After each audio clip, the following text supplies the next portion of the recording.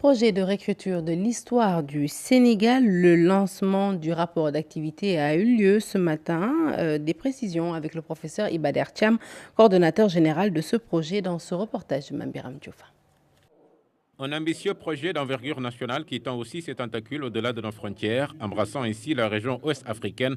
L'audience que le chef de l'État a accordée au professeur Ibader Thiam le 12 mai dernier vient redonner un second souffle dans la marche pour la mise en œuvre du dit projet. Alors cela, le chef de l'État a décidé de se le prendre en charge. Il a décidé de prendre en charge désormais le budget de l'histoire générale du Sénégal. Il vient d'acquérir pour le Sénégal et pour les archives du Sénégal 3 millions de documents microfilmés couvrant la période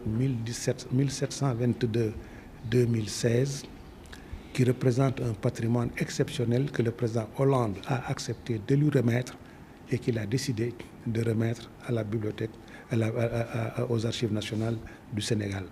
L'histoire générale du Sénégal va pouvoir l'exploiter. 2016, année durant laquelle beaucoup d'activités ont été menées, le Sénégal oriental, un exemple de niche à exploiter. Ouvrez un livre d'histoire actuel, vous ne verrez pratiquement rien sur le Niani et le Wuli. Pas grand-chose sur le Bundu, pas grand-chose sur le Gadjaga. Or, tout ça, ce sont des provinces quand même qui ont un grand intérêt sur le plan historique, sur le plan culturel et qui ont même apporté beaucoup à la construction nationale. Les Niani, par exemple, on en parle beaucoup ici au Sénégal, mais les gens ne savent pas que le Niani, en fait, c'est une importation des Mandingues à partir de l'ancienne capitale du Mali, qui s'appelait Niani. Et ça, c'est un prince mandingue qui a créé cette principauté-là au Mali, qui est devenu le grand empire avec à sa tête Soundiata Keita.